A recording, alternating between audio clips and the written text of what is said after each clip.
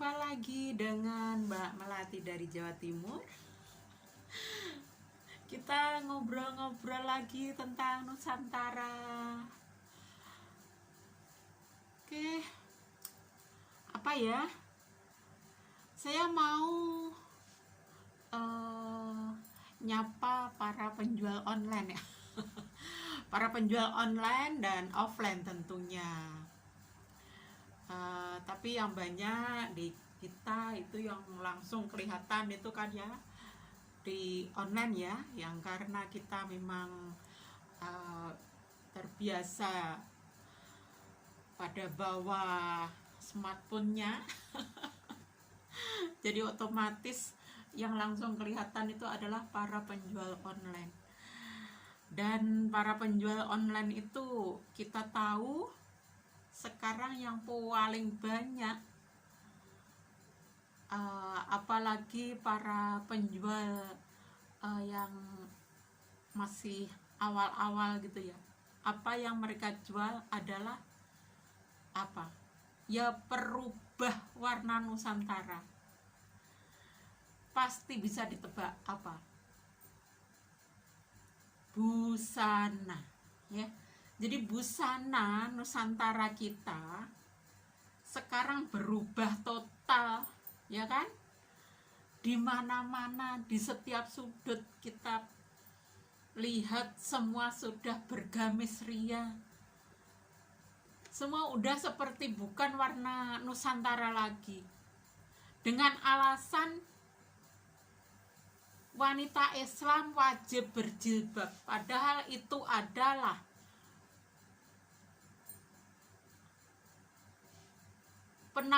penafsiran yang lebih banyak yang pakai adalah Wahabi. Jadi orang NU itu dulu nggak seperti itu. Bukan dulu, sebetulnya NU itu tidak mewajibkan jilbab, malahan karena NU paham ini adalah negara bangsa Indonesia, bukan bangsa Arab, bukan negara Arab. Jadi leluhur bangsa kita itu modelnya bagaimana bajunya punya ciri khas tersendiri. Kalau Nusantara itu nggak seperti ciri orang Arab, nggak seperti ciri orang awal munculnya Islam itu sendiri. Jadi NU itu tahu banget itu bagaimana caranya, jamaahnya diajak bagaimana, itu tahu banget. Makanya kita tahu keluarga Gus Dur ada yang nggak berjilbab, ada yang cuma berkerudung saja, ya kan? Itulah justru Islam yang Islam Indonesia banget, yang ngerti Islam banget. Justru Islam yang sebenar-benarnya Islam yaitu yang paham mereka itu tinggal di mana, jadi harus beragamanya macam mana, itu paham. Makanya sampai sekarang Gus Dur itu jadi idola saya. Saya tahun 90-an saya mulai berjilbab, itu keluarga Gus Dur sudah nggak berjilbab, saya juga nggak apa-apa. Karena saya belum paham, belum begitu kenal banget sama Gus Dur juga, ya cuma dengar gitu aja, tahu Gus Dur itu adalah orang ternama tingkat nasional, tahu aja gitu, tapi enggak ngerti kalau keluarga Gus Dur tidak memakai jilbab, tidak malah ada yang nggak berjilbab sama sekali, juga ada, itu nggak ngerti sama sekali. Saya ngertinya malah sekarang ini, tapi dalam hati saya juga enggak, loh itu keluarga kiai kok nggak pakai jilbab, enggak sama sekali. Dulu tuh saya enggak sama sekali. Jadi ketika kita di medsos bertemu dengan orang Islam, itu sudah pada dangkal. Mereka selalu ngomongnya orang Islam wanita itu wajib berjilbab karena itu syar'i. Syar'i lama-lama ya jadi saraf kalian, tahu tak? Nggak seperti itu. Nggak seperti itu berjilbab itu. Berjilbab seharusnya enggak merubah, enggak membeda-bedain ini agama itu, enggak ada seharusnya. Tapi sekarang para Islam itu pada dangkal, mayoritas itu pada dangkal Islamnya. Taunya bahwa yang enggak berjilbab itu bukan Islam. Lebih hajingan lagi bilang kafir. Jadi apa bukan mereka itu yang lebih kafir? Karena hatinya tertutup, mereka itu untuk menghargai bangsanya sendiri aja nggak bisa. Yang didewa-dewakan cuma Arab. Itu lebih hajingan itu malah. Ya. Oke, kembali lagi ke tema saya. Jadi para penjual online itu ya, kalau mau tahu sejarah gamis ya, itu adalah produk Cina juga. Yang kita jual selama ini itu udah produk Cina. Jadi sampai merubah warna dasar Nusantara itu. Dulu nggak ada gamis-gamis itu. Tapi orang Cina itu pinter. Ketika gerakan Wahabi dimasifkan ke Nusantara, apa yang dibicarakan Wahabi itu ya gamis, terus nggak boleh tahlilan, nggak boleh ziarah kubur, dan terutama gamis tadi, dan riba, apa segala macam itulah yang dibuat oleh para Wahabi untuk menarik untuk memberi pemahaman yang bisa memblunderkan, bisa membuat rakyat Indonesia jadi seperti sekarang ini. Itu adalah tulisan-tulisan memang kesengajaan Wahabi untuk merusak mental orang NU terutama.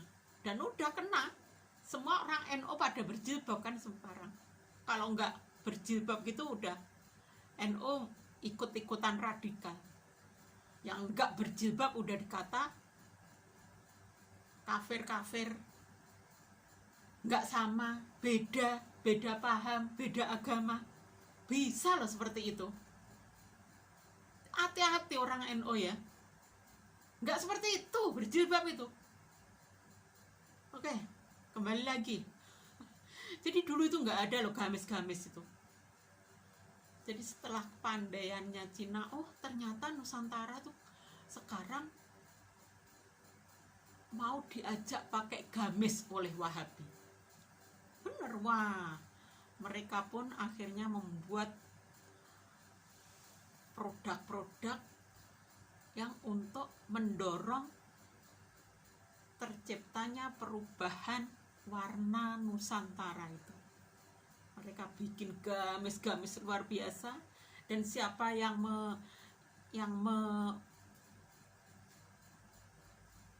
memberikan ke konsumen, ke masyarakat kita, ya kita sendiri, para penjual online terutama, para penjual baju-baju, fashion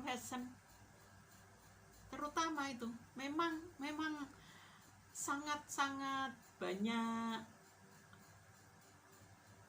mendukung perubahan itu tadi.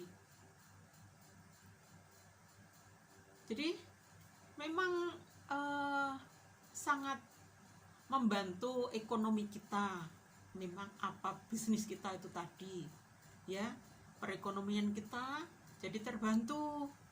Pun Cina lebih banyak terbantu lagi karena apa, semua memang dari sana. Kita nggak sadar itu, ketika semua orang kadrun itu semua menyerang Cina, ternyata mereka sendiri sebetulnya yang membantu perekonomian Cina yang lebih besar. Karena yang masarkan produk-produk Cina siapa? Ya kita itu. Ini pun kalau kita sudah mulai mensuarakan tentang kembali ke budaya Nusantara, bisa jadi Cina nanti juga akan melirik juga.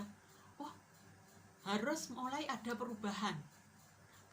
Cara pemasarannya apa yang dipasarkan harus ada perubahan. Tunggu aja, saya yakin itu.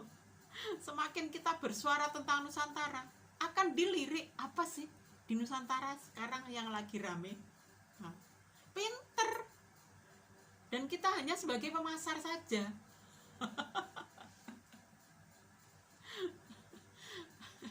Jadi yang membuat kain-kain, terus kita yang bikin gamis-gamisnya, ya bener kita yang desain ini. Tapi kain-kainnya siapa yang produk?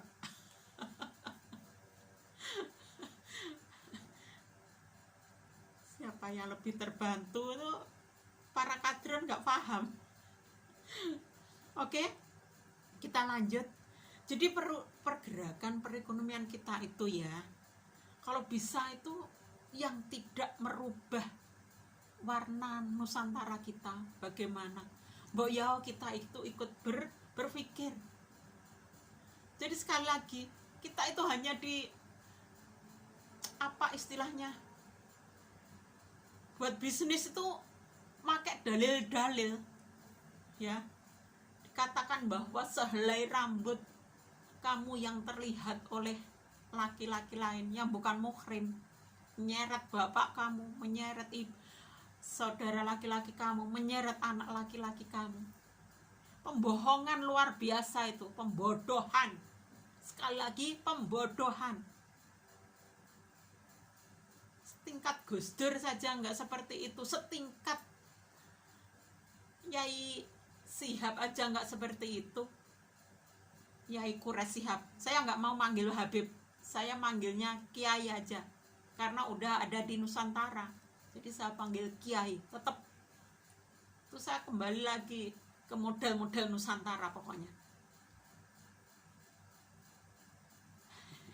Melebar nanti ya. Jadi kalau kita itu jadi merubah warna Arab ya, dengan kita menjual gamis-gamis tadi, ayo kita berpikir lebih sehat lagi dan lebih cerdas. Pasal negara-negara maju itu ya, macam Amerika, macam Cina, Jepang, Arab sendiri, itu maju karena mereka itu menghormati leluhur masing-masing. Nggak ada ceritanya Cina menghormati leluhur Indonesia, tuh nggak ada ceritanya. Bangsa Arab menghormati leluhur Indonesia, yang nggak ada ceritanya. Eropa menghormati leluhur bangsa lain, nggak ada ceritanya. Ya, Jepang itu nggak ada ceritanya menghormati leluhur bangsa lain. Kalau nggak orang Nusantara bodoh-bodoh, yang dihormati malah leluhur Arab. Tuh lah. Sampai-sampai budaya Arab, baju-baju bangsa Arab dibawa ke Nusantara. Itu karena kebodohan kita. Nggak ngerti kita itu leluhurnya bagaimana. Itu loh. Mari kembali ke leluhur bangsa kita sendiri. Jadi kita akan menikmati kemajuan itu nanti. Majunya kita dalam bertuhan, pun majunya kita dalam berteknologi juga. Gitu ya. Jadi kita itu tinggal di mana mbok ya, disadari, oh ini negara bangsa Indonesia, leluhurnya dulu macam mana ya, bajunya macam mana ya mbak ya, diingat-ingat gitu loh. Jadi bukan baju yang membuat kita itu sebagai manusia sempurna, itu bukan bajunya, tapi tetap perilaku kita dalam berkemanusiaan, dalam berkasih sayang. ya.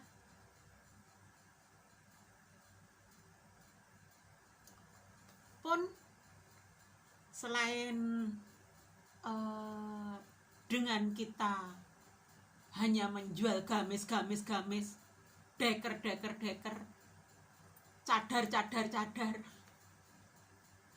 jilbab, itu apa ya, yang kita jual itu monoton, bosenin, hanya itu saja. Jadi sebetulnya kalau kita udah kembali, oh iya, leluhur kita yang perlu kita hormati, kita pakai budaya yang semestinya. Budaya yang semestinya ya rambutnya ada yang terlihat, enggak tertutup macam di Arab. Itu bukan budaya leluhur itu. Jadi rambut terlihat itu budaya Indonesia. Memang mensyukuri banget nikmat yang dikasihkan Tuhan ke kita. Jadi ya benar-benar kita nikmat, oh indah, rambutnya indah, buat dipandang indah, seperti itu. Jadi kalau kita kalau kita mau dengan niat melestarikan budaya Nusantara, ya, yang akan kita jual itu justru lebih banyak macamnya, ya. Yang desainer juga nggak bosen, hanya desainer gamis melulu dirubah entah sedemikian rupa, hanya desainer deker melulu. Yang lebih fatal lagi, desainer ini cadarnya gimana, desainer jilbab macam mana, cuma itu saja.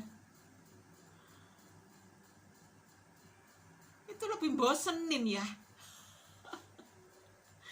Coba kalau kembali ke warna Nusantara, entar dari rambut saja ya, apa yang bisa tercipta oleh para desainer? Bisa pitanya, bisa kondenya, bisa sanggul kecil-kecil atau gimana, rambut yang berkuncir lah, rambut berkepang lah, topi, hiasan-hiasan sanggul, hiasan rambut, jepit, bando, dan segala macam. Banyak yang bisa dijual oleh para desainer, ya. Jadi lebih banyak lagi yang kita jual, para penjual online yang dijual juga banyak. Nggak cuma lipatan jilbab, baju, nggak cuma itu. Justru lebih banyak lagi yang bisa kalian jual. Ya aneka hal-hal seperti itu. Dari rambut aja sudah sedemikian banyak tadi saya sebutkan tadi. Itu untuk gantinya jilbab tadi loh, ya. Lebih banyak yang akan kalian jual. Oke, untuk rambut, wajah ini khusus yang pakai cadar, ya. Penjual yang pakai cadar itu, kalian juga nggak bisa jualan make up kan? Nggak bisa jualan skincare mah. Karena apa? Karena wajah kalian tertutup. Kalian juga nggak ada gunanya kalian mau make up. Kemunafikannya akan terlihat banget nanti. Orang kalian tutupi sedemikian rupa, buat apa kalian bermake up? Terus siapa yang mau ngelihat? Atau nanti kalau sudah satu ruangan dengan para ukhti itu, lucu gitu loh. Marilah kembali pakai budaya kita sendiri. Cadar itu punyanya Arab, jangan dibawa ke Nusantara. Selain sangat berbahaya juga. Pasal orang lain nggak tahu wajah kalian, kalian bisa ngerti wajah-wajah kita. Itu namanya epean, egois. Kalian dengan enaknya ngelirak-ngelirik kesana kemari, ngelihat siapa itu, siapa ini. Lah kalian, itu namanya kalian itu pelit. Udah, lepas tuh cadar-cadar itu. Ngeri. Bukan Arab kok dipakai di Indonesia. Arab sekarang juga malah udah nggak diwajibkan lagi tuh. Kalian malah membawa ke Nusantara. Saya juga heran sama pemerintah. Hal-hal seperti itu yang membahayakan seperti itu malah dibiarkan saja. Apa sih indahnya ngelihat hal seperti itu? Orang cuma kelihatan matanya saja kan mengerikan itu. Lebih indah lihat orang yang nggak pakai baju sekalian, yang seksi-seksi itu lebih indah dipandang. Kalau otak kita itu memandang segala sesuatu dengan penuh keindahan, maka hal-hal walaupun sempurna apapun, otak kita nggak akan ngeres. Swerewer-wer kalian menutup baju seperti itu, kalau otak kita ngeres, ya tetap akan ngeres. Apa ya di dalamnya bagaimana ya? Swerewer-wer saya tadi ngelihat ada warisan itu ya, memakai cadar semua. Itu orang yang orang akan berpikiran itu dalamnya gimana ya. Lah kalau ternyata dibuka ya orangnya modelnya seperti saya, nggak kaget semua coba. Saya mikirnya itu ya, wah ini orangnya cantik-cantik. Ya, bener loh, saya mikirnya itu seperti itu loh. Orangnya mesti cantik-cantik, macam Barbie. Ketika dibuka itu wow, kita tersepona. Lah kalau ternyata dibuka itu seperti saya, nggak kaget. Tapi apapun ya terserah Tuhan ya. Oke, kita kembali ke laptop. Jadi lanjut, kalau muka penjual online juga bisa jualan apapun yang berkaitan dengan muka. Bisa jualan giwang lah, bisa jualan itu, bisa jualan tindi-tindi itu, bisa jualan ini untuk bel. Jangan ngomong. Bisa jualannya ini buat make up banyak ya. Lanjut. Nah, baju, sekarang sampai ke baju. Bisa jualan yang lebih banyak lagi ya, aneka kebaya. Nggak cuma kebaya. Yang namanya Nusantara tuh nggak cuma kebaya mah.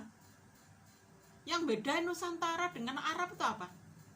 Ya ini, nggak pakai jilbab ini aja ya, di rambutnya tertutup atau enggak, itu aja yang beda Nusantara sama Arab itu.